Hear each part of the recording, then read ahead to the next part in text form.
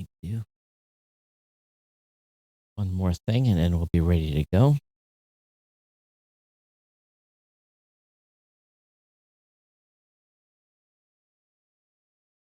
There's so many live events going on now, Rob. We're starting to compete with a lot of people that have never done live before. Yeah, I would imagine. Everyone's got the same idea. Well, that's the obvious next step, right? Yeah. I mean, if we're not going to do physical world events, everything's going to shift over to the virtual side. But we should talk about that a little bit more too, because I'm feeling some pushback on that. All right. So hang on here just a second. Let me take that. Everyone, welcome to the New Media Show. My name is Todd Cochran. Of course, I'm joined by my co-host, Mr. Rob Greenlee. Rob, seems like we just did this. It does. Doing 2 episodes a week, it definitely compresses things a little bit. And also, there's always enough stuff to talk about, though. That's the thing. But yeah, it's not going to be as much of a call-in show. I don't know if you want to bring in callers or something like that, even on this show, Todd, but it's up to you. Yeah, we'll see later on. We'll see if we can open it up or not. But, okay. What's interesting is, yesterday I worked from the house instead of the studio, here in the studio, and about 3 o'clock in the afternoon, it was a beautiful day, like 70, 75 degrees. And it was like for April 3rd, that's huge here in Michigan. So my family owns quite a bit of land, and we have a farmer that rents the farming part of the property. But it's really our job to kind of keep, like if a tree falls out of the woods or whatever it may be, we have to go in and cut that up and move it so that they don't lose tillable land. So my sister's like, yesterday afternoon, you want to run chainsaw? And I'm like, sure. So you were running a chainsaw yesterday. So we all loaded up on the quads and went and basically we probably got about a mile's worth of work done in 3 hours. And I'm just like, at the end of that 3 hours, I'm like, dude, I need to go to the gym. I was done. They stick a fork in me.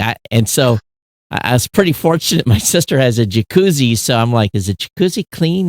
Oh yeah. She said, just changed the filter yesterday and I treated it. It's good. So about 7 o'clock last night, I was drinking a cold one and sitting in the jacuzzi for about 30 minutes, but I'm feeling it today. So I got a good workout yesterday cutting wood. So we've got about probably another 2 miles worth of work to get done. So, and it's just because trees fall down and they fall into the. So if anybody needs firewood in southern Michigan, I got a lot. So were you actually cutting up the slices into smaller pieces so you can put it in the back of a truck? Well, no, we basically putting them in like 4-foot lengths and then putting them on the side. Actually, sometimes just tossing into the woods, and trying to make centralized piles of stuff. So it's sometimes it's just a branch, sometimes it's a whole tree, and I got it. Yeah, and usually it's like the upper end of the tree that has actually fell into the woods. You haven't got these big logs. Had a few of those, but yeah. So so this afternoon I get to sharpen the chainsaw. Really? Wow. Okay. Yeah. So I do know how to do that, but anyway. So yeah, yesterday afternoon got some, and we all socially separated. Great meeting outside, and it was beautiful, and got all the kids out there working. Of course, they were griping, but. This is a good time to do like those little outdoor projects that here's a bad thing. Rob, the honey-do list, right?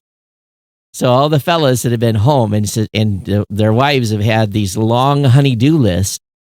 Guess what? There's no way out. No way out. No way out. Yes, so, yes. Yeah. It is kind of. You gotta do them. Sorry, guys. My extent of my honey-do list right now is cleaning up I have my own Todd-do list. Clean the house once a week. Right. Yeah. So anyway, that's your own to-do list. It's not a honey-do list. Yeah. It's the Todd to-do list. Right. I will say this though. There is something about, for those of you that are at home and have never really had to be at home. If you can get up in the morning, take your shower, get dressed as if you're going to work, Right. It makes a big difference. It makes a big difference instead of lounging around. And another thing to do is, why not on Friday or Saturday, dress up a little bit. Even if you're home, it's going to make you feel good. Button down shirt, maybe. Don't go with a tie, but just dress up a little, go one layer level. And then the weekend, sure, just do what you normally do. But I think what it will do is it just kind of helps with the mindset, because, at least I'm getting ready to head into week number 4 here on Monday. Right. Yeah. And I think we're going to be here for a few more months. Well, this is not podcast related, but I don't think the country can handle a couple more months. There's a danger there that it could spark again. I think they're starting to figure out some of these medical regimes. So, maybe another month. Hopefully they'll have a little more of this figured out. But well, we have to do more testing. That's the key. Well, you can't test the whole country. You think about it. It'd be great if we could. I'll just put it that way. It's impossible. You'll never test the whole country. Yeah. 330 million tests. Come on. It's not going to happen. Yeah. So, 1.4, 1.5, whatever they've tested now. But if you haven't been exposed and you don't have any symptoms, do you really need to be tested? But the antibody stuff later will come on. But that's for the news people. But, if to be frank with you, I'm looking at what's going on overseas. It's, you think a lot of people here have it bad. You tell someone they can't have a paycheck for 2 months. That's done. That's a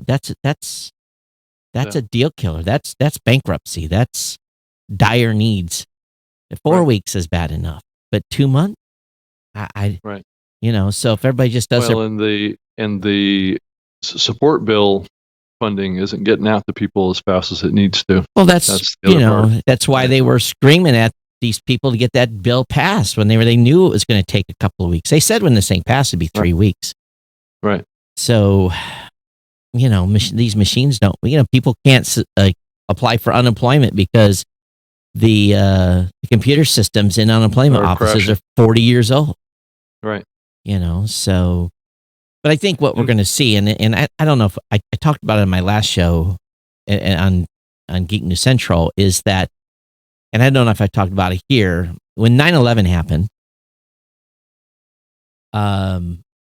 certain industries, mostly military machine industries, but for example, and here's what I'll give to you. We went out to do something, to fight a battle that we weren't ready to fight. There was new techniques over land, doing things that we hadn't done before. And we very, very quickly understood where our shortfalls were. And we started basically saying, hey, I need this, and this. Right. And we were able to take projects that would have normally taken red tape-wise, government-wise, 1 to 2 years from the time of inception, design, engineering, proof, safety, load engineering, and have a box that would have taken 2 years to get in an airplane, taken 3 days. Mm-hmm. Right. So what this is going to do for the health business and everything associated with what's happening here is you're going to have now, coming out of this, new processes, new things in place that are forever going to fundamentally change healthcare. Right. Telemedicine, they're doing Skype calls. Couldn't do a Skype call before because of HIPAA. Had to have all this extra encryption, and you couldn't talk to your doctor, and it was stupid. It was dumb. So coming out of this, we're going to have a complete, I truly believe we're going to have a modernization, and we're going to have a transformation, at a significant, sadly, death price. Right. And this is human nature, what we're going through right now. I mean, I'm thinking about these analogies of cities for many years with installing streetlights, right, at various places in the city infrastructure, right, to control traffic. Seems like that the only time that happens is when there's an accident that happens at some cross area in the infrastructure that somebody is killed, right? And then all of a sudden there's lots of attention to that. Sure. And then that gets fixed. It's almost like our society doesn't really look at things from a preventative perspective. It's always a a reaction Right. to some disaster that happens that gets our attention, right?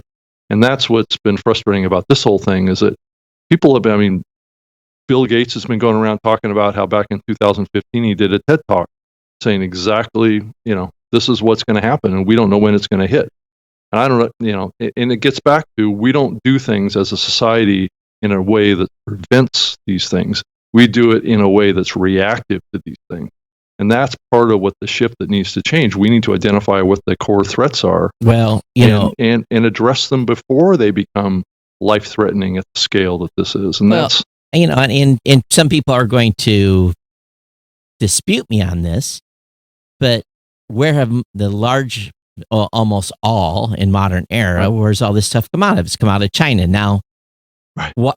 Yeah. Okay, so that's here's not good. Right. Yeah. So, number one, wet markets in Asia have to go away. They have to go away. And okay, so nothing against China, the Chinese people. Just let me be clear. Let me be straight. But when I was in a Chinese restaurant one time and saw someone hack and spit on the floor in a restaurant, I was like, what the? You got to be kidding me. Right. And then tied to everything else. So China's got a lot to bear here. They've got to figure out what they're doing wrong.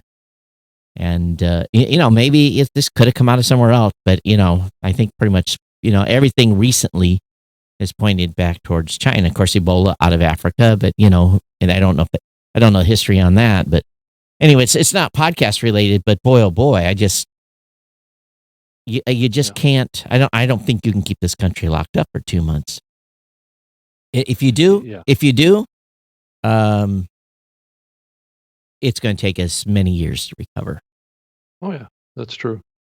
So I think social distancing is now part of the fabric of our society now. I think for the foreseeable future, though. Yeah, but what happens when let's say they get it up, they probably restaurants and bars will be the last to open. So let's think about that for a second. So you have a restaurant today that's got a seating capacity of 200. Right. And you have to rearrange that entire restaurant to social separate, and you can only now have 80 in the restaurant. That restaurant can't survive on that volume. Right. Unless they double or triple their prices. So there has to be, there's going to have to be some trade-offs, and they're just going to have to fast-track everything they've got going medically. We can't wait 18 months for a vaccine. It's got to be sooner. But anyway, and as Craig says, viruses don't have a nationality. This is worldwide, so the whole world is shut down. Yeah, it's facing the same issue. Though you look at countries around the world and it's being handled differently everywhere. Yeah, that's part of the other problem is that there's no cohesive strategy, and hopefully, what this does is it brings the world closer together too. You can't have a cohesive strategy in the United States. You think you're going to have a cohesive strategy across countries? Never. That's probably true, unfortunately, right? Never. So what it goes back down to, can't rely on the government to take care of you. You have to take care of yourself. And anyone that becomes reliant upon the government to begin with has probably been falsely lured into thinking that the government's going to help them with everything. So, what does that say about government, though? I've said it good. I've said it forever. It's nothing new for me. Right. Why do you think gun sales are so high right now? They're not trusting the government. They want to protect themselves. So that in itself is just the pure, they're not going to need them, but that's the pure sense of the. Someone might. It's just fear.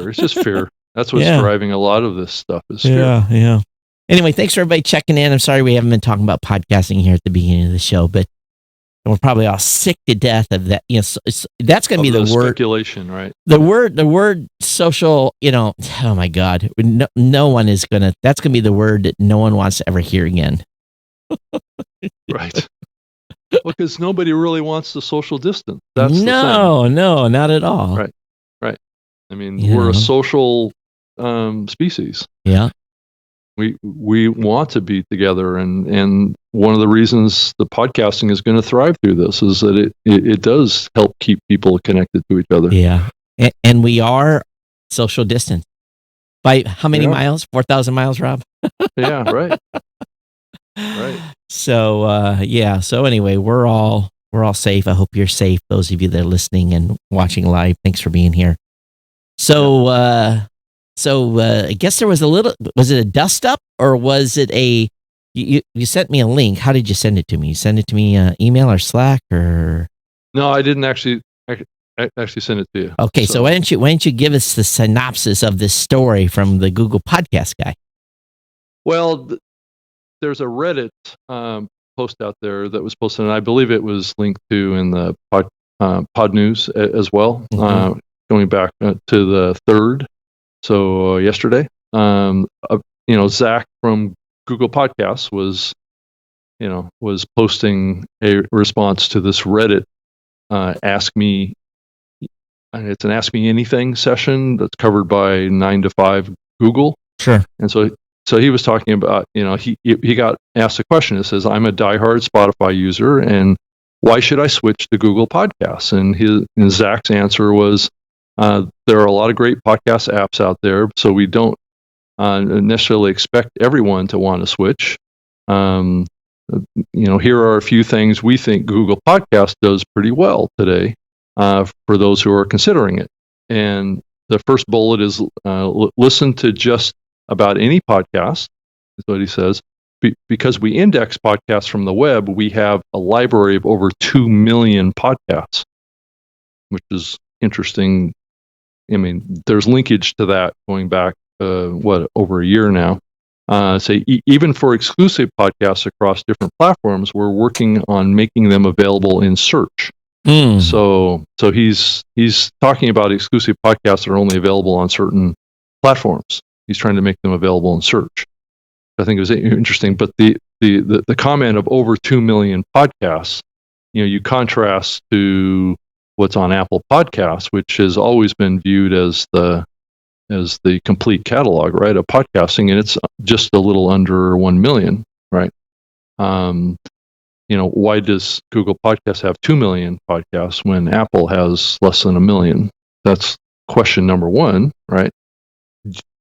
What do you think, Todd? Is it just dupes? Is that what we're talking about? Or is Google Podcast tapping into content that isn't really a podcast or isn't in the Apple catalog? Do you think that's even possible? I've got 1,050,000 in the Blueberry directory, but there's probably 50,000 dupes. Okay.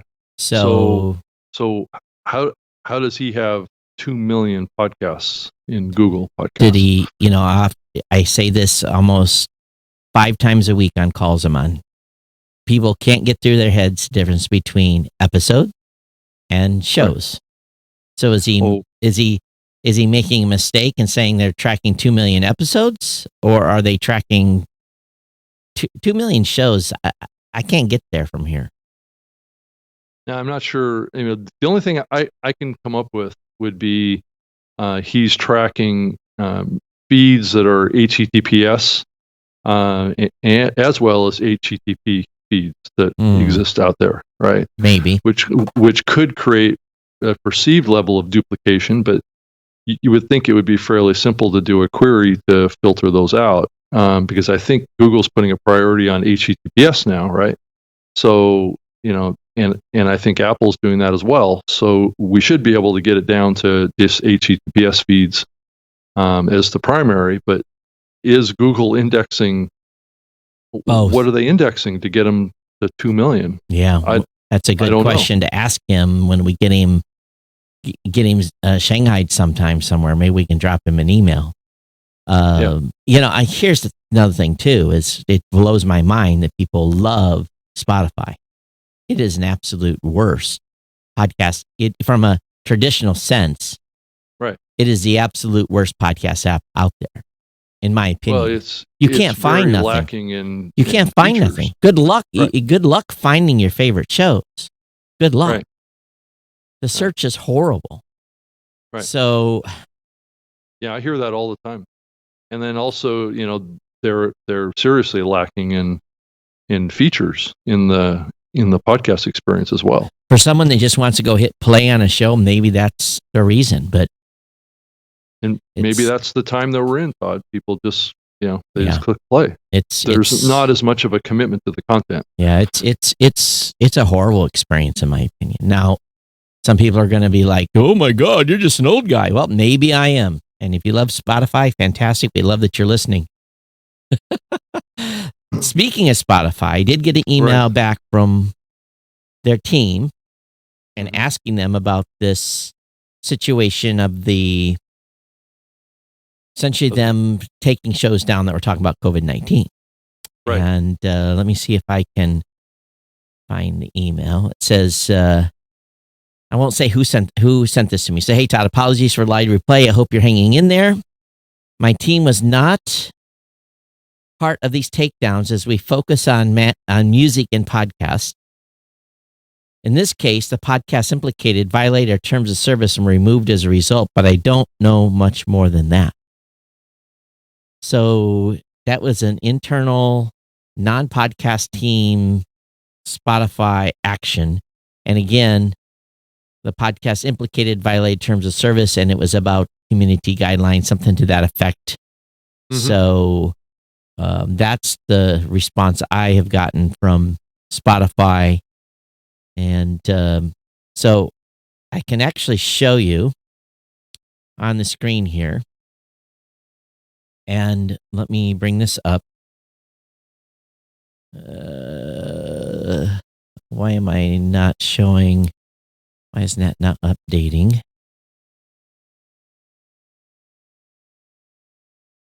Oh, here. Okay, finally. So this is the page they linked you to. What content is prohibited on Spotify? And this is a specific section they link to in those takedown notices. Infringing content, illegal content, hate content. Nothing in there. And you can scroll this page then and talk about other stuff. But this is the area that they send you to, which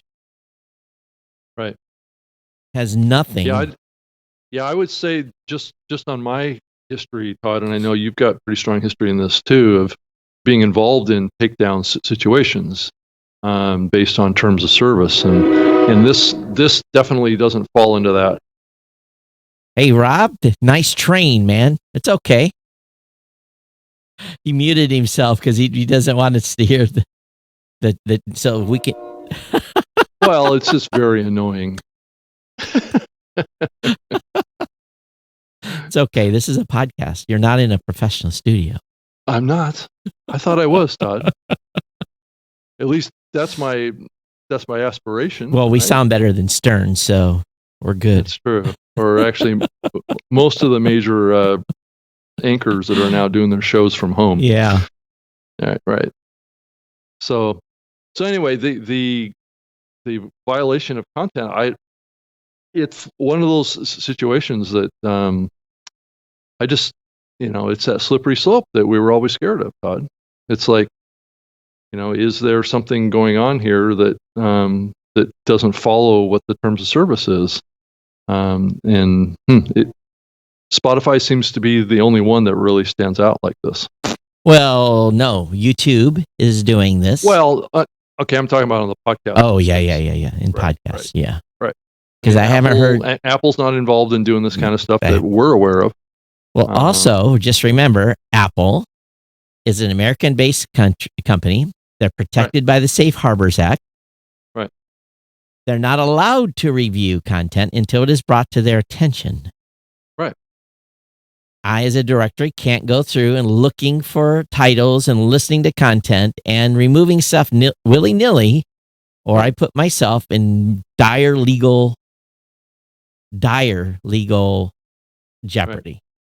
Right. Now, if someone tells me, Todd, this guy is selling snake oil and doing this, I send it over to the lawyer. The lawyer then goes and looks at the episode, and the lawyer decides whether he's going to listen to the content. Right. I leave that to my legal team to do. I don't go look at episodes. None of my team goes look at episodes. We turn it over to our legal counsel. Right. And then he makes a determination of yes or no. And we've said, based on the terms of service. Right. And we've said, yes, it's good to go more times. And we've said, no, take it down. Oh, yeah. A lot. Vast, man. Because we get people there, I don't like my interview. Can we take it down? It's copyright violation. Well, no, it's not.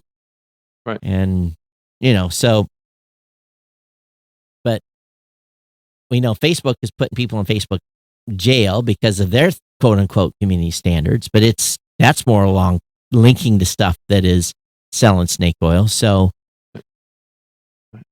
but, and again, it's been limited numbers. It's been very small. I know I talked to, Rob Walsh, said how many of you guys had, and he told me, so we both are seeing small numbers. It's not like there's tens of 20s. It's under double digits for both of us so far. Right. But still, I mean, Spotify stands out on this point. Yes, so you are there at their privilege. Right. Yeah. And but they do need to be consistent with their own written policies, though. They can't just be making stuff up. Yeah. Well, there is definitely nothing in this page they linked me to, but it's someone at Spotify has basically, which I found very interesting on this response from this rep, my direct rep over there, that made this comment that says wasn't our team. So who's reviewing? If it isn't the podcast team at Spotify, who is reviewing this at Spotify? Well, I think they have their own special content or review team. It's a separate team from the podcast area because it's done for all the content on their platform. So I know there must have been an internal discussion going on because it took that individual 1 to 3 days to get back to me. Right. So I can almost be guaranteed there was probably, how do we respond to Todd? Right. To his question. And again, it was, at least he responded. It was a non-answer. Yeah. Right. Look over here. Right. It wasn't us. Yeah. Right. Look over there. It was all good. It's not that Spotify's one company. There's like multiple companies, I guess, inside of Spotify that takes responsibility for things. I guess. They're not an American company, so they don't have to worry about Safe Harbors Act. They can take whatever they want down. They can review whatever they want. They don't have to follow U.S. laws. Well, do they really? They do not. They are not a U.S. company. They may have a U.S. registered division, though, because I know that's what Spreaker had. Okay. Well. Yeah. I would. If you go to sue, Spotify, are you going to sue the American division, or are you going to go over to the country they live in? Well, you're going to find where they're vulnerable. Well, that's probably true too. A U.S. registration, they're going to go after that. Right. But of all the people we've informed about their shows being taken down, no one has complained. No one has come back to us and said, "What the?" Right. So, Yeah, Todd, did you see this article that was written by Dan and Meisner from Pacific Content, talking about how to make your podcasts using dynamic ad insertion for more than just advertising? He was talking about how to create content and mix and match segments using dynamic ad insertion to create unique content that's targeted. Sure. Yeah. But again, most podcasters don't have the time. Mm-hmm. So who they're going to target who? Well, that's not really what the question was. I was more about that the technology has always been positioned to be an advertising technology. Right. And even from my own experience, working with, dynamic insertion and stuff, you can use it for lots of different things. It doesn't have to be just for advertising. Right. You can do promotion. It can be used for content too. So you can create unique versions of your program that can be targeted to unique audiences too. So or you can create derivative content. There's no way to target audiences demographically. There's only way you can target people is geographically. I know. Technically, that's true, Todd, but yeah. Unless you're using some other technology to determine that it's Todd listening or Rob listening. Which has been a big issue, right? That people are doing that. So I could see this moving into that area potentially at some point. Go ahead. I mean, for certain types of content, right? It's not going to be something that everybody's going to ever do. It's just it's just another little twist on how to use the technology to do something unique in the podcasting space. And if they're already connecting up with data from other sources via IP, they can do some targeting, right? I would bet less than 3% of podcasters globally use ad injection. Right. I would agree with you. 100%. Though there are some platforms that are trying to use programmatic, which tends to be dynamic insertion too, but the podcaster doesn't really have much involvement in that process. Spreaker was one of those platforms, right, that was automating that stuff. But I do think that there's going to be more platforms that are going to try and push that envelope on this. But I think it's an interesting conversation as you think about dynamic ad insertion. It's not necessarily a programmatic thing, and it's not necessarily an advertising thing. It can be used for lots of purposes, and that's kind of my bigger message that I wanted to talk about here is that it can be used for lots of different things. It doesn't have to be just used for advertising. Here's my symbol for programmatic. Yes, there you go. You know what that is? That's a minion giving the thumbs down picture. Ah, there you go, Todd. Thumbs down on programmatic. Thumbs. Well, yeah. We have to separate that conversation between programmatic and dynamic ad insertion. Oh, that's true. That's true. Yeah, that's different. Programmatic is a way of buying the ad. Right. Ad insertion is just a technology for putting it in the content. So. And I think we've got a lot of people using our ad insertion system to automate the promo running. They drop a promo in a pre-roll, or they cross promotional opportunities. They have some sort of, in this time they're running a PSA or. Right. That's true. So I guess that in itself is probably very appropriate, but you can't. Well, did he think he could demographically target? Did he imply that in the article? No, that's kind of my extension. Oh, okay. He didn't quite go there, but that's kind of my extension on this concept of more and more of these platforms are pushing the envelope on, mining user data, to target. Right. So we may see that happen is the reason I'm mentioning it. The other big thing that happened this week was Owen Grover made a shift. Yes, he did. He suddenly left Pocket Cast as the CEO over there and went over to become the CEO of True Fire Studios. Yep. I guess it's an alliance of leading online music education companies. So, Rob, I got to ask you a question, and this keeps coming up. You've got downloads, all right? Yep. You've got measurement done from log files. You've got downloads with a redirect, measurement from log files. Right. You've got old school technology where you put a website pixel on a web page to see how many web hits that page has gotten. You've got some apps that are doing in-app tracking, right? Right. But you've got, again, a group of people saying that they are using a Dart tag in the delivery of an audio podcast. So is that no one has been able to give me a definition of how this is actually happening. So what are they doing? Are they putting a redirect in front of a audio delivery and they're calling that a Dart tag? Because you can't put code in an audio file that pings back to mama and says, I've just been played. What are they, what's the mystery message? What's the hocus pocus and the smoke and mirrors they're using in this dart tag? What are they doing? Well, you know who invented that? I do, but how is this actually being accomplished? It's a server-side function. Okay, so a server-side function. Todd clicks on an audio file, right, that he wants delivered.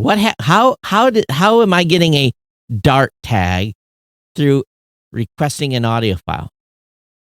The episode downloads, yeah, and however many ad spots are in that is put into a database as a count. Okay. That's okay. I mean, if you really want to sum it down, it's as simple as that. Okay. So then what they're saying is absolute, pure, absolute, unadulterated BS. There is no tag being sent or guaranteed that media file delivers. They say, oh, there's a download. There was 3 ads in it. We'll count it as 3. Right. That's all it is. That's all it can be, Todd. If you really think about it. Okay, just so we're clear. So if anyone says they're using a dart tag, audio tag, any type of discussion like that, audio pixel, I've heard it called an audio pixel. Audio pixel, that's a new one. Audio pixel. There's really no pix, because when you have a website and I put a 1x1 pixel on my website, when that page loads and that pixel is loaded, it pings the server, says, yes, that web page just was loaded. It has nothing to do with the download. I understand that. We get that. Right. But how can they? Oh man, see. Todd, do you want me to summarize what's going on? Sure, please do. This is all coming out of radio, right? Radio has been selling advertising to radio buyers for all these years, and they just saw podcasting as another form of radio, right? So what they're doing is, what was done early on was to position the data that comes out of podcasting to mirror what the expectations of radio buyers, right? Radio buyers like to know that there's a dart tag because that's what they're used to experiencing on ad buys. So what the technology people did early on the radio side was create a process that emulates that same process with podcasting. So they can check all the boxes with those ad buyers, is giving them the data that they need to make a buy. So on the radio side, when they're broadcasting and they play the My Pillow ad or whatever ad they're going to play, it basically goes ding to the media server saying, hey, your ad just went out over the radio. Right. Okay. So it comes out of streaming. No, I'm talking about broadcast. Oh, out of streaming. Streaming of live radio. Oh, so streaming of live radio, when that person passes that live stream, it goes ding. Ding, because that ad was delivered. Dings. It was delivered. And streaming, they were listening. They know they were listening. Right. Of course. Oh, they know they were listening because they have the client side data. They know the person, at least the audio was playing on a speaker somewhere. Or yeah. Right. Yeah, right. Okay. Right. So it got played. Whether there was actually an ear listening to it. That's right. Okay. Open for discussion. Right. So ding. So now the bullshit that they've been saying about these dart tags. Oh, guaranteed you got the delivery. We served that media file. That went down. Right. That went down. It got delivered. May have been a bot. Yeah. Might have been some server farm in China. Who knows how that file was delivered? It had the 3 ads in it, right? Well, yeah, and most of those platforms that are doing that don't have IAB metrics standard servers, right? So they're doing this on raw log files. Right. Okay, so it drives me insane because smoke and mirrors, Todd. Because I just had this conversation that we just had. I'm just playing devil's advocate here. I had the same conversation. You just told me what I just told a major, I mean, major Right. podcast media buyer. Right. And when I said that means nothing, that means that file got delivered. Right. And which is the same data that he already has. Right. And I said, and they said, well, could be fraud? I said, I don't know. You have to ask the people, do you have auditing in place? Do you have fraud prevention? Do you exclude the bots? Do you have blacklist of IPs from? Is it IAB standard compliant data? That's the only question. It's not. Right. It's not. And he says, so then, okay, so we got that, right? They're getting billed on Dart delivered media. Woohoo, right? So it's not counted a download. We don't like the word download. Then we talk about attribution. Right. So the attribution is I'm taking raw log files from that Dart delivery, or however that file got. Taking that raw log data, and then I've got a website pixel, one by one pixel sitting over on, stamps.com's website. When they come over there, right, from that device that listened to that podcast, so we got attribution that does a one and that married up. It did. But it's just a fraction of the data, though. Now, right. Okay, I'm going to add the rest of the story here. Okay, so we have just determined. Well, okay, we know that if I listen to an ad from stamps.com on my mobile phone, and I go to my computer and I type in stamps.com and I go to the website, there's no attribution because I went from my computer, my phone, two different IPs. There's no matchup. So there's no attribution. I go with my phone, there's attribution. Right. So now, if there is attribution, did you know that when media buyers take attributed data and they remarket that, in other words, they know now that you're interested, and I'm not, so just so we're square, I'm using stamps.com as an example. I don't know if they're doing this, all right, just so we're clear. Then the buyer for stamps.com, as an example only, again, they could go then and retarget by your IP for their full host of products that they think maybe you need shipping boxes, maybe you need tape, maybe you need all the stuff that would go along with someone looking to buy stamps. So now they're taking the attributed data and buying against that at a much higher, because all of a sudden, hey, we know this person is interested in stamp. Right. So what I was paying $20 CPM for, $25 CPM, now I will pay $100 CPM to go retarget this person in an ad when he lands on a Amazon site, and we're going to advertise tape or boxes. Now,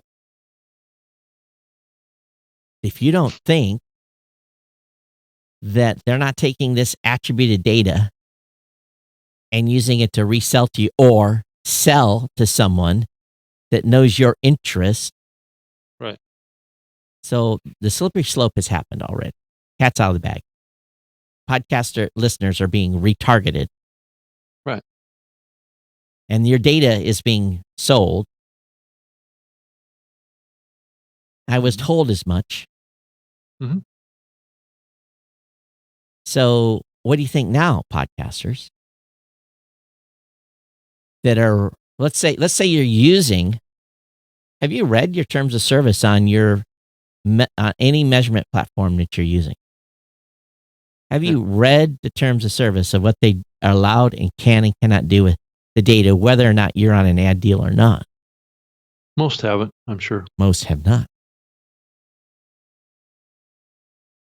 And there may be things that the company's doing that may not even be covered in that terms of service yet.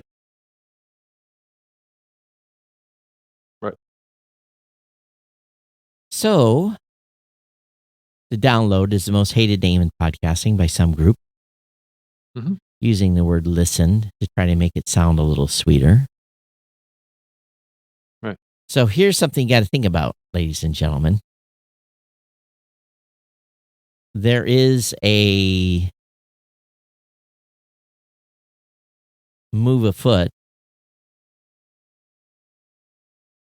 Well, we've already talked about this enough on the show, I think, in the past, but if you think your audience is worth the price of free, then you know what you're getting into. Yeah. Any chat from the You're talking about the hosting side, right? No, not the hosts. Hosts aren't selling it. I don't know of any. Free. Okay, free from a listener perspective, right? No. I'm talking about you as a podcaster using tools and services that are out there that are getting a free service from someone. It goes back to that adage. Gotcha. If you're getting something for free, you are the product. Right. Companies aren't not growing and putting on staff by not having a model. Right. There's other sources of revenue is what you're saying. Yes, there is. And it's not necessarily in your best interests. It's not out of your listeners' best interests. You're getting some cool stuff, apparently. Yeah, if you're the podcaster, right? Yeah. But, so, and I, and here's the interest. Well, I won't go too much deeper into it, but that is a short window is going to close very soon on some of this stuff that's going on. We've had a little distraction here with COVID-19, but when things get settled down, this privacy thing is going to continue to blow up. mm-hmm. So as a podcaster, I'm just asking you to understand what you're signing up for and read the terms of service and ask hard questions of those companies. And I say the question I would ask, are you taking my listener IP data and using that and selling that to anyone? Get that in writing. If you're doing attribution in your podcast with an advertising deal, get it in writing how far that data gets spread. Is the data that's shared with the advertiser, is the advertiser allowed to retarget your listeners through that attribution data? Right, or resell it. Is the advertiser allowed to do that? Right. If they get access to it. Does the agreement that provider has with the advertiser prohibit the resale or the retargeting of your listeners that you don't get paid for, by the way? Right. Because it's a second layer of sale that doesn't have direct connection to you. Right. Rick, I was thinking about someone else specifically in chat. Now, we already know, we've talked about this on the show 20 times already, that if you're on Google, you're on Facebook, you're on Amazon, you're on any of these sites, you've already signed away the ability for them to resell and retarget you. Right. You've agreed to that on these other platforms. Yeah, you've accepted that term and condition as for a consumer, your involvement on their platform. Right. So it's different here is podcasts typically don't have that acceptance listeners process. Cannot. Now, can you imagine having to be doing your show, starting a show up? Hey, this is the new media show. As a full disclosure today, by listening to this show, you are giving up your right to privacy. We will retarget you on any things that you do and related to the show, any links that you click in. We will retarget you from here until forever based upon what we think you like because you listen to the show. We are not doing that. Can you imagine? Saying that in your show? Right. What would the reaction? And that's because that's potentially what may be happening. So how would your audience react to that? Go ahead. Please, one of you, write up some convincing script that says that at the beginning of your show as a full disclosure. Right. Let us know how that went. Let us know how your audience responds to that. Todd, we could start a PSA campaign for that. You know? It's all for public service. That's right. Now, Rob, here. Someone just brought it up in chat. Greg did. So let's say let's say you catch COVID-19. God forbid. Let's say you catch it. All right. You have to fill out a survey. Oh, actually, first of all, you have to hand over your phone. They look at your past 4 weeks of location data. Yep. All right. They look at it. They find out wherever you went. And then they cross-correlate that with every person that you got near. And they send that person a text message. Says, you on February 6th were within 6 feet of a known COVID-19 patient. Right. Please self-quarantine. Right. Now, they do that for everyone that you came in contact with. Let's say you went to a convention. Let's say you were at PodFest. And they sent out 500 or 600 or 1,000 texts to everyone who was a PodFest, said you were near someone that had COVID-19. Now, that may not, they wouldn't be able to maybe determine who you were. But I guarantee you, if I said, who the hell was I hanging out with on February 6th? I'd go back to my calendar and look at, oh man, I was hanging out by Rob. I know. That dirty dog gave me COVID-19. That's right. So, do you think Americans will put up with a privacy invasion if you get COVID-19 to inform everyone near you that you were infected?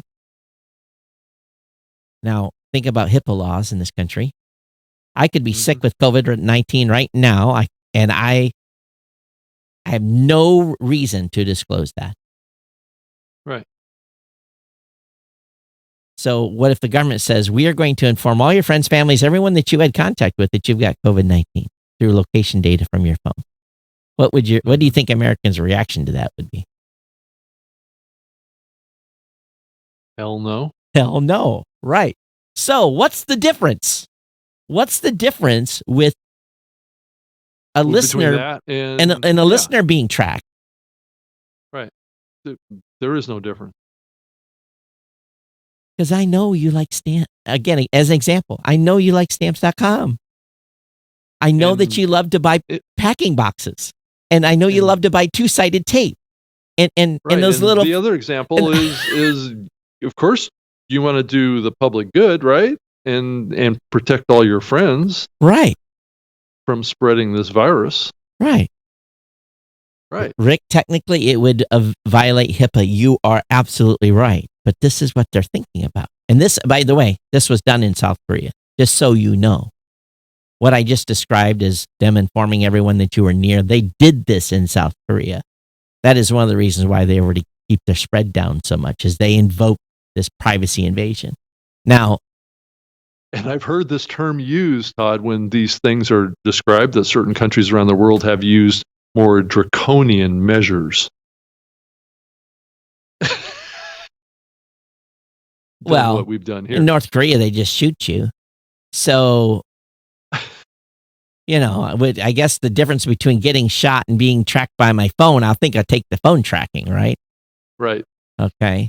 I think I would. So, we laugh, but this is some serious shit. This is what's really going on. This is what's being... So, now...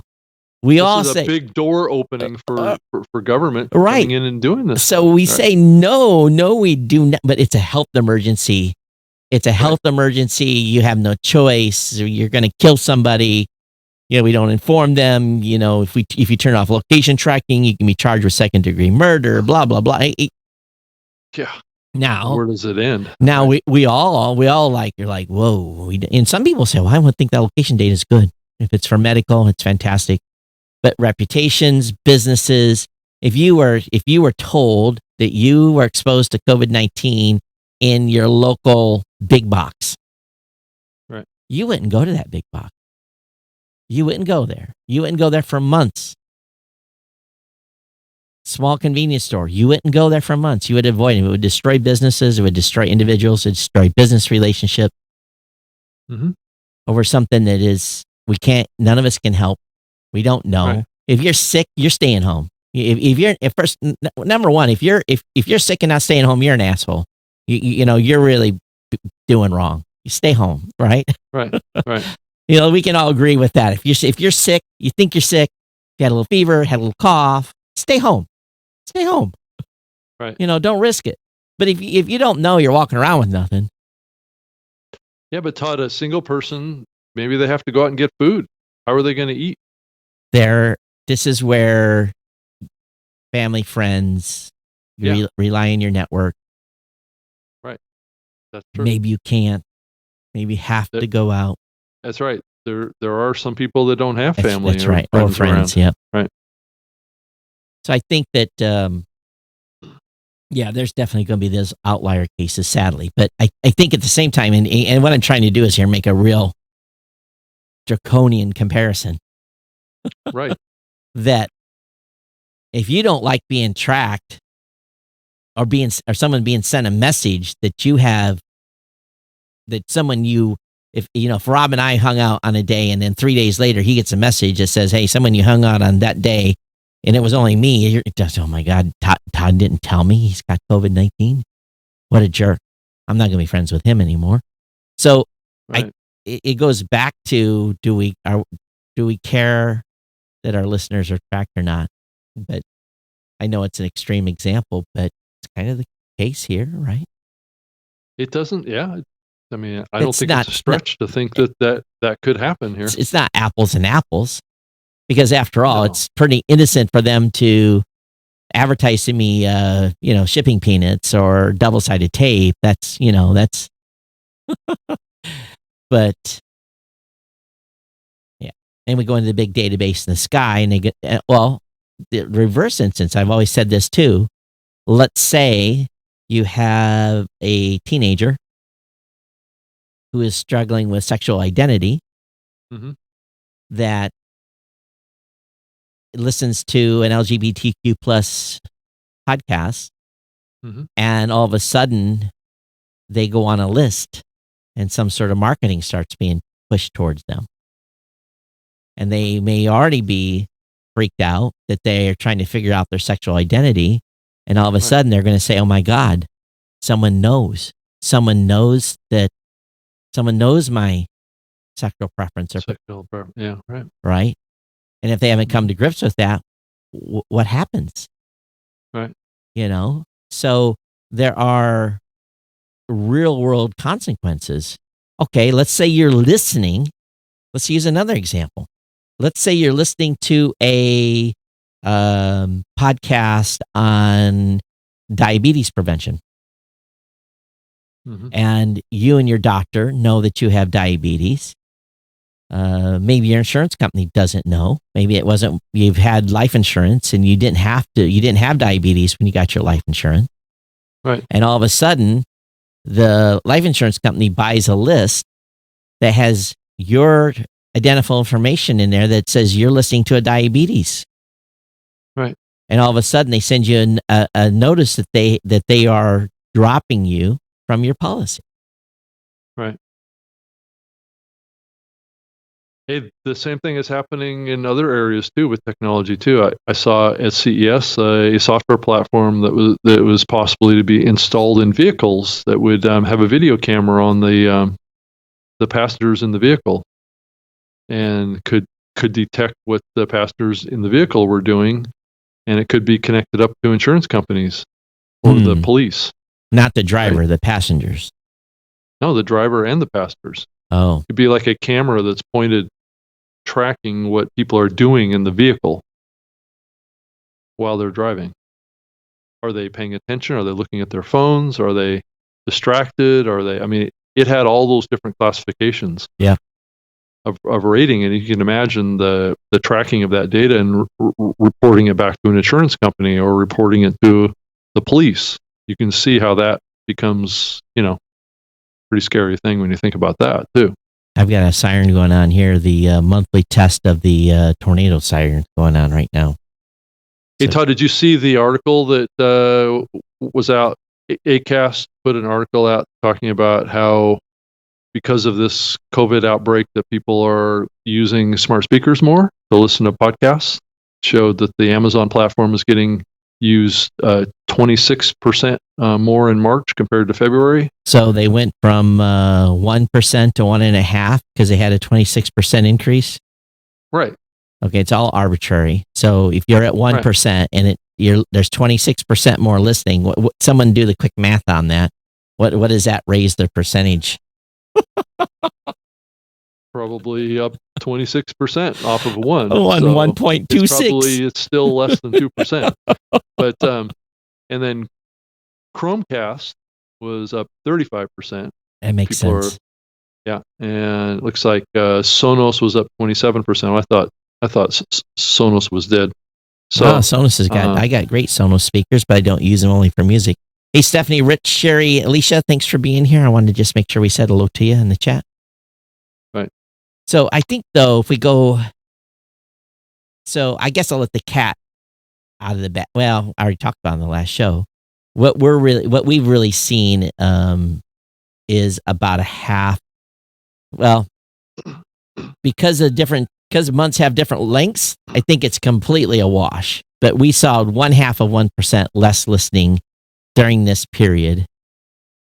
In March or last month? As compared to the last 30 days. You take with the 1.5% less with what we talked about earlier. Sports shows down 8 to 10%, with religion and health shows up 8 to 10%. So they kind of wash. It's kind of a wash.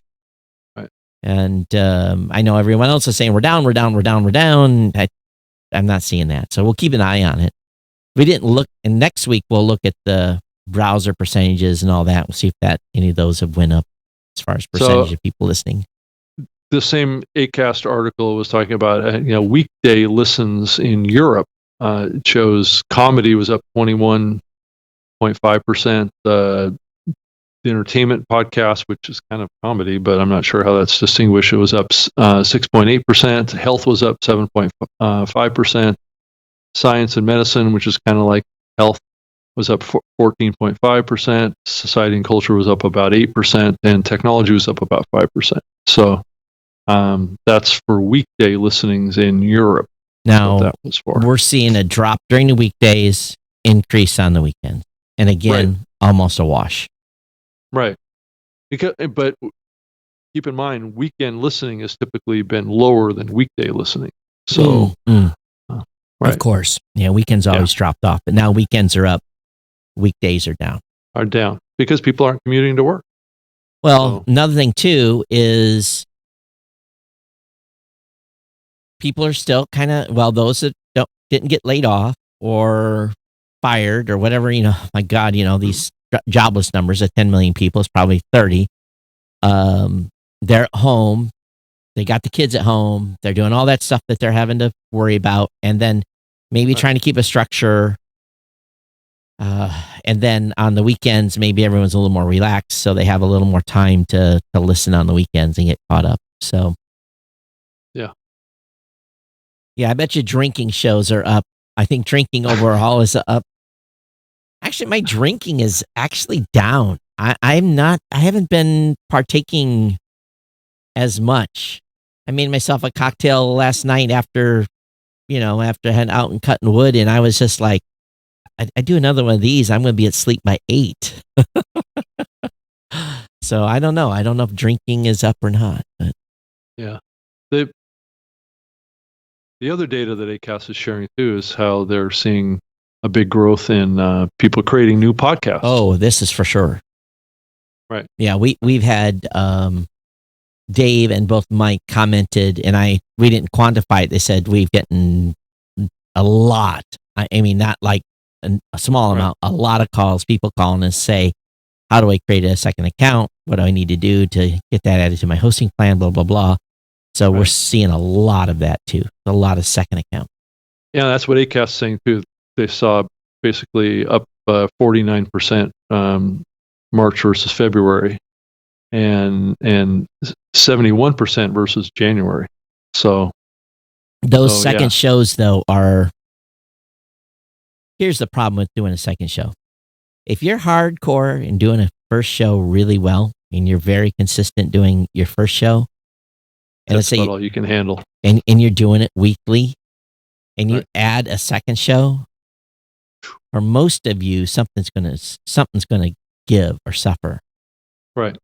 I agree with you. Yeah, because if you're doing all the stuff you need to do to build a successful one show, Right. you're really not going to have a lot of time to do a second one. I love it when you start a second show. That's more money for us. Right. Don't get me wrong. Second show is good, but I'm just being honest here. If you've got the time, and here's the thing is, Rob, everyone has time right now. They're all at home. They're not commuting. They all of a sudden they found themselves 8 to 10 hours of extra time a week. Right. Oh, what do? I start another show. Well, this is going to be good for the 30, 60 days. We're all kind of in purgatory here. But then as soon as your job calls you back and you are, you're trying to make up 2 months worth of, if maybe you're behind or, there's going to be a mash panic to make money. Right. And companies are going to be under a lot of pressure. And what's going to go? That second show is just going to die. So we think this is just going to do a bloop. It's going to be like the COVID-19 thing. It's a temporary. It's temporary thing. Temporary thing. Yeah. Hey, Marty, how are you? Thanks for joining out. So I did see also that Nick Qua quoted someone from Stitcher saying that overall listening over the last 3 weeks has dropped 7%. That's on the Stitcher platform. Okay. So, but also, if you think about on Stitcher itself. Just on Stitcher. Yeah. Well, maybe people are using web browsers. Yeah. So maybe that audience moved off of the app to their desktop at home, or that 26% of 1% increase of right of the Alexa device. Yeah, right. It's true. So I think the consumption patterns are definitely changing. It's going to be interesting to see whether people are still consuming the same amount of podcasts on their mobile device. So this is where you as a podcaster, you better be promoting your .com. If they don't know where it is now, you better be telling them on the show where to go to get to your show. If you've never done that, I bet your numbers are down. Yeah. Yeah. I left my mobile at the house this morning. I walked out without it. I almost feel naked when you do that. Got my Apple Watch, so someone calls me, I guess I'll get it there. Sure. But yeah, I don't know, Rob. It's an interesting time, and but we're creatures of habit. So as soon as this thing's over and we get back to the norm, if that is the actual thing that actually will happen again, I think people will go back to listening the way they were. Well, and I think, it's a good question, Todd, too. I mean, some of these things, when they impact so many people in such a emotional way, right? Fear-based change is sometimes fairly permanent. What are the aspects of this that you think are going to slow to go back to normal? I think people are going to all of a sudden say, hey, we've been working from home for the past 2 months. Why can't we keep doing that? That's right. Or can we have a more flexible work from home policy? And especially this now, here's my personal opinion. If you can prove that you're productive or more productive from home than you are in the office, then that, as a business owner and as someone that's running a company, I'm going to be looking. We're doing a meeting every day, and I'm keeping everybody's talking about what they got done the previous day and what they're doing today. And I'm just writing notes. I'm just kind of keeping track. It's not for performance, but for me just to see where we are. But if I'm seeing things are moving faster, right, then why change, right? Mm-hmm. I mean, I think a lot of companies could save a lot of money by not having as many physical offices. Well, that rent, electricity, right? Think about the gas you're saving. Think wear and tear on your vehicle. Time in traffic. Oh my God, you know that well, right? Every one of us that's at home are all of a sudden realizing how much time. I don't have to to give an example, everyone knows right now how much time you're saving not in traffic. Right. That's why I said at the beginning of the show, get up in the morning, take your shower, get dressed as if you're going to work, then go to work. If it's your desk, because you get in that battle routine. Because I find myself, if I, like on Friday, I was kind of lazy. I put a shirt on, brushed my teeth, I didn't shave. And I don't think I was as productive Friday because I really didn't get in the mind of doing what I just recommended everyone do. Right. So. And there's going to be times when you don't get all dressed up. Right. But that's another thing too, is that what I told my team was that if the sun's shining and you're looking out the window and you're distracted, go for a walk. Get some exercise too. That's the other thing that people have to think about too, is that if you're just sitting at your desk all day for 14 hours or whatever it is, at least people that went into the office were walking around. They had to walk into the building. They had to walk into the elevator. They spend time walking, getting exercise. I'm up 6 pounds. So. Right. So you have to counterbalance that too. And if you're sedate a lot more, you can't eat as much. You have to think about what you're eating. Those kind of things are all part of working from home. Yeah. I think that, it's another thing too, is usually you have a distraction. You can talk to somebody. You have lunch and you're having a little conversation. I find that when I'm down in Columbus. Yeah. I have a little talk with someone. Maybe we go a little long on lunch. And, we're not like dictators where you're 30 minutes or you're going to get fired. Some companies are. Right. But, we get back and we start working again. But you have some distractions. There's home. There's no distractions. So, Right. I said, if you need to watch a movie, go watch a movie. But during the business day, I don't care. Well, I think it's different distractions at the office than it is at home. And I think that's where people misunderstand what's going on. I mean, I've worked in offices at Microsoft and this, it's full of distractions. People, it was called, there's terms that were used to describe it, like death by meeting. Well, drive-by meetings. Oh yeah. That kind of stuff where people are just walking around the office and they just pop into your office. Yeah. Hey, by the way. Right. That kind of stuff can happen all day long, and it can really take you off focus. Yeah. One of our team members on Thursday she says yesterday was death by meetings. And I backed up and looked at the schedule. I'm like, yeah, yesterday was kind of death by meetings. Right. So that can just be a total life suck too, Yeah. Yeah. Yeah. And too, food is comfort. Everyone's stressed out. So we're all eating a lot more. Right? Yeah. We're eating a lot more. And, and I found myself even here, or maybe let's say I just get a single hamburger. I buy 2. Why do I need 2? I only used to eat 1, but I bought 2.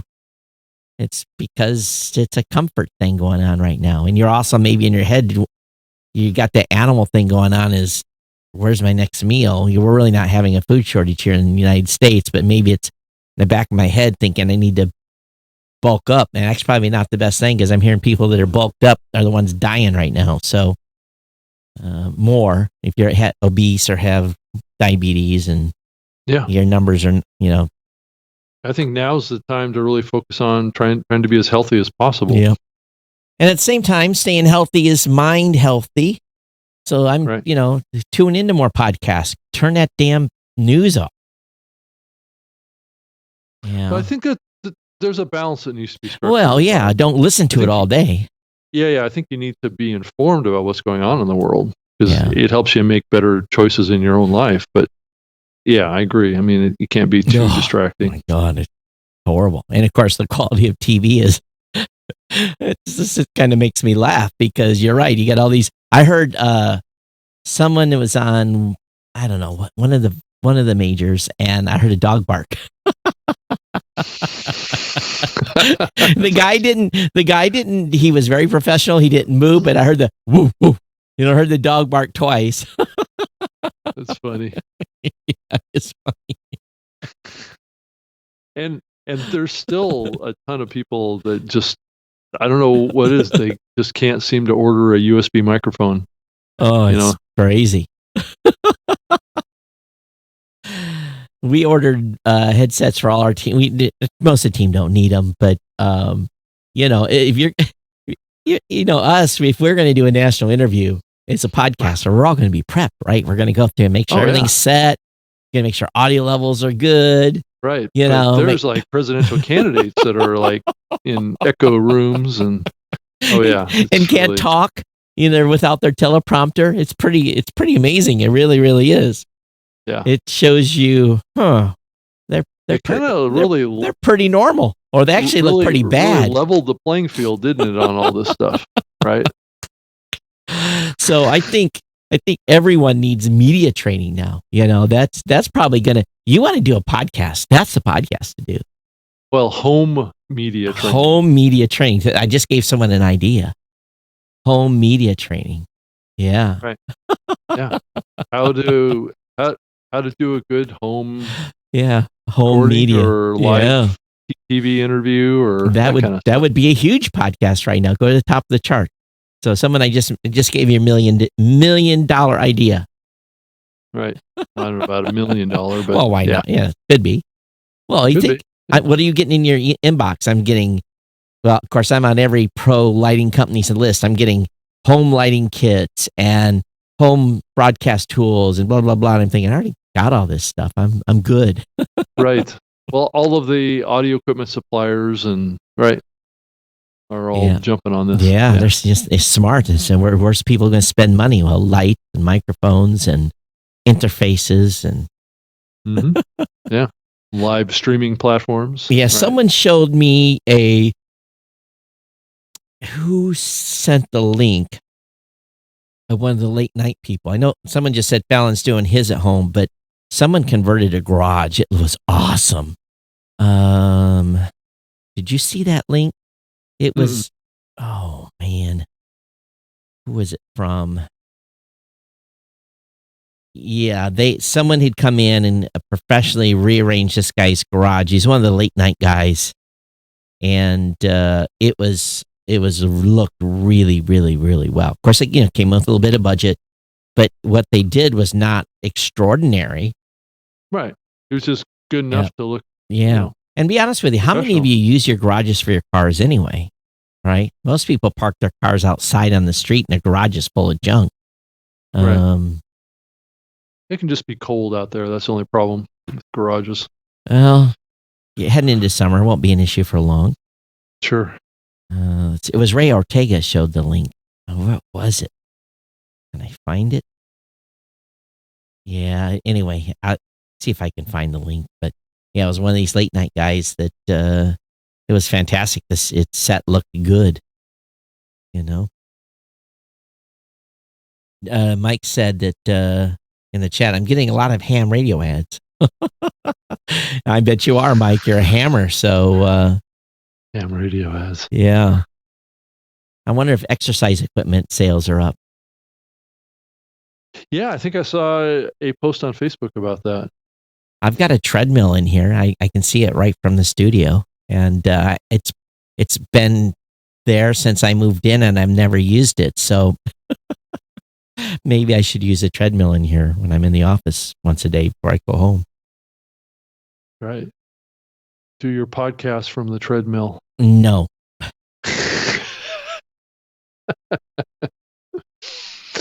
No, you won't do that, huh? No. So any other interesting stuff? I'll be honest with you, I haven't been reading the news too much from the podcasting standpoint. We've been busy. I've been really busy. I've probably been as busy as I've been in a while. Yeah. Well, you're not traveling as much too, so that's really saying something. Oh, it's been wonderful. Yeah. And actually, Barry made a mention. He says, boy, he said, your credit card's kind of empty. I'm like, well, I'm not putting hotels and airplanes and rental cars and, right. Because that's usually a pretty good line item every month for me, and, right. It's probably the equivalent of an employee almost. Yeah. It's going to save some companies some money. That's right. At the detriment to the airlines. I did look up, I was just kind of pricing, tickets. I was like, how much did it get down to Tampa? It was like $228 round trip to Tampa. And I was like, oh my God, $228. There's like, let me buy 20 tickets right now, to different places. But you can never predict when you can use the doggone things. Yeah, right. But if you do have some like July, August things, maybe you want to plan for it, the tickets are really cheap right now. Hey, Todd, I was just looking at the Facebook feed off of the podcast movement stuff, and it shows a picture of Ira Glass doing a recording of This American Life from his clothes closet. Did you get it? I saw it, and I kind of chuckled because I'm thinking, yeah, he's just been able to walk into a professional studio and do his show in a professional studio. He's never had to do the show from home.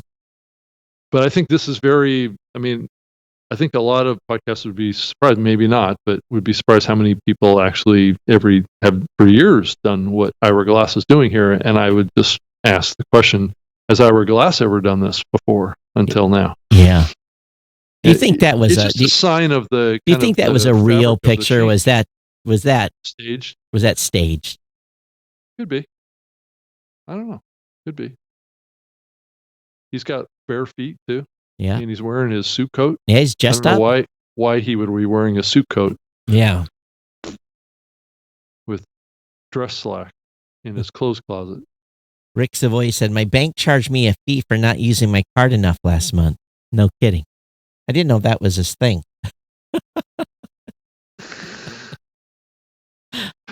Right. For not using your card. It's funny. Yeah. Let's see here. Funny. Marty says, it blows my mind how many people have not been using a plug-and-play headphones. Good one, not the crappy ones. Your right home media, how to. Oh, that. So basically they said, yeah, that's a good show idea, what Marty said. So anyway. Well, we're getting down the end here, and I think we're just about run out of things to say. Yeah. And maybe we can open this up for just a second or two and see what. I don't know. If anybody wants to call in. Let's see here. Do I have the right lower third? You guys, if someone wants to call in and say hello on Skype, don't have to do video, can just be audio only. I think I've got that lower Skype thing. Finally figured out what was going on with the audio being a little low on that. So Mike and I fixed it the other day. Oh, good. But yeah, if you want to call in GNC Pod 2, more than welcome to hear how you're doing in podcasting or anything else. We are going to be doing another Wednesday show this week. It'll be at 3 p.m. Eastern. And that one will be more open line, open discussion. And for those of you listening to the regular podcast, if you don't want to listen to kind of a more general conversation, we will talk some podcasting stuff. But if you want to talk, if you don't want to, we'll be more focused on podcasting on the Saturday show and a little more open on the Wednesday show. So we'll make that disclaimer so that we're not wasting an hour and a half of your time just hearing us jibber jabber. But, so are you going stir crazy yet, Rob? No, this is fairly normal for me. So we're working from home. I've been doing this stuff since 2015. So, and then prior to that, for a couple of years as well. So this is normal, except for there's not as much travel. And also not going to restaurants and, that type of stuff, right? I think people are... I mean, I've been doing some takeout. Yeah, I've been doing takeout, but it's not the same. So I'm looking forward to being able to go and sit down someplace. And, I think we all are. It's whenever they open this back up, I think there's going to be a surge of people that, number one, people getting back to work. Number two, a surge of people that are going to want to go out and get the heck out of the house. Well, that's going to be a big question mark. What percentage of these restaurants are even going to be around in a month? So, well, my sister and I went over the payroll protection plan. That's an incredible plan they put together. It's just getting that money out. Getting that money. Yep. And, the local bank, she called her local banker and asked, can I turn in this application? And he says, we're not ready for you yet. So hopefully by Monday, they'll be ready to take the application. And the way she looked at it is she's probably, she's going to be able to get enough money, for basically about 2 months of operations. And then there's a allowance. You can use 75% of the money for payroll, 25% for overhead, rent, electricity, that kind of stuff. and it's a grant if you keep everyone employed for the 8 weeks. That's a key. You have to have them for just the 8 weeks of the program. You have to pay them, and it's a grant. It's free money. So if you're a business owner, and another thing too, if you're an independent contractor, I have people on 1099. So you don't even have to be a W-2 employee. It can be someone on a 1099 that you pay at the end. You send them a 1099 at the end of the year. You have to prove that you've been paying them in January and February. Mm-hmm. But if you're paying them every month, this applies to people that are a 1099, that have people that are 1099. So that's true, which is great. Yeah. Because you can't lay off 1099 people. So I think it's the most advantage for those of us that have independent contractors. You don't have to, you keep them working. You don't have to lay them off, or you just pay them even if they're not able to work. Right. It's free money. Free. Fill out an application. Take it to your bank. I heard Bank of America was being total jerks. They were like all kinds of requirements. So hopefully that gets fixed. But you had to have an account with them. You had to have already had a loan with them, and you have to have a credit card with them. What is that? Right. It's not fair. Your business account is a business account. Right. So I don't think we're going to have anybody call in. Not today, anyway. Yeah, you guys don't care. It's okay. It's cool. Again, you don't have to come in and show your mugs. Just come in audio-wise. Well, let me double check. Make sure no one requested that. I may have missed it. Okay.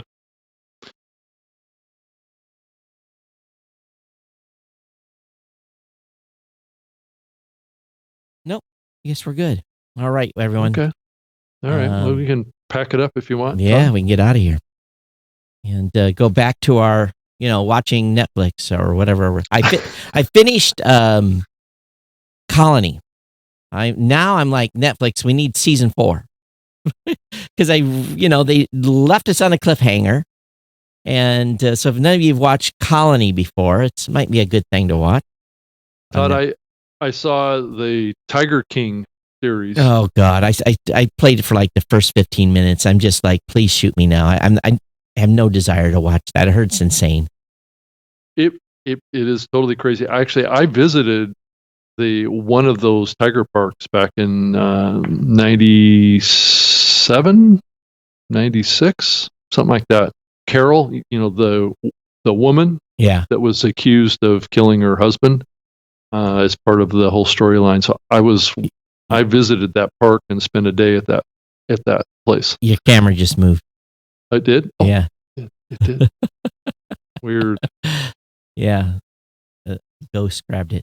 It's just like, that's not my thing. So I'll find something. Yeah, I watched it for like the first, I don't know. If you can't, in 20 minutes, you're thinking, oh man, this is going to be one of those. Right. So I heard a lot of people are liking to see it though. I mean, it has all the elements that you want in a reality show, right? It's got the drama, the intrigue, the criminal activity, the weird behavior, the guys walking around shooting guns, and it's got all of the crazy stuff. People fighting, people. It just has all the elements, right? A murder investigation. It's got everything, right? It's like the perfect reality shows. I don't understand the whole random going out and shooting a gun in the air, because they do know that bullet goes up and comes down. It has to come down. Right. That's why, when you saw like in Iraq and all those places where those guys are, they would shoot straight up in the air. I'm thinking, what goes up must come down. It does. When it does, it can hurt somebody. Right. So, I said, I've never now if you're shooting targets and doing, that's a different thing, but shooting just in the air to shoot in the air, it's a little weird. Yeah. So, all right, everyone. Thanks for being here. Todd at blueberry.com.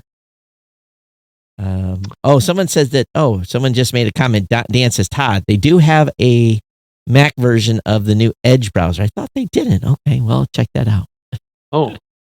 Because they said the Microsoft Edge browser? That's what you're talking about? Yeah, they said there was a Mac version of it, so I'll have to check it out. I thought they quit doing it.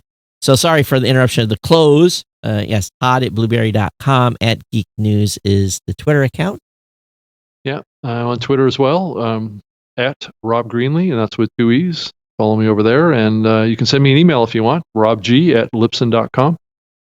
So everyone, thanks for being here, being part of our little family. And again, if you're stuck at home, we'll be live again at 3 p.m. Eastern on Wednesday. Yes. And you can join us. We'll put an event up in the New Media Show Facebook page. If you're not a friend over there already, please go over and like it. And let us know if you think we need to take that show a little later in the afternoon, if that helps you with your schedule or something like that. I don't know, Todd. I was thinking about that. That may be right in the middle of the workday. So I don't know. We're flexible. Right. Although if we go late, that means I'm doing 3 late evenings here a week. That's right. I don't mind going up. I don't mind going up to 5 or 5:30 or 6, but anything much later than that, it's just too late here. So, because then I'm stuck doing 4 shows in the office late. Not really late, but you know what I mean. Yeah. All right, everyone. Thanks. Again, stay subscribed. Stay safe. Take care. We'll see you next time. Okay.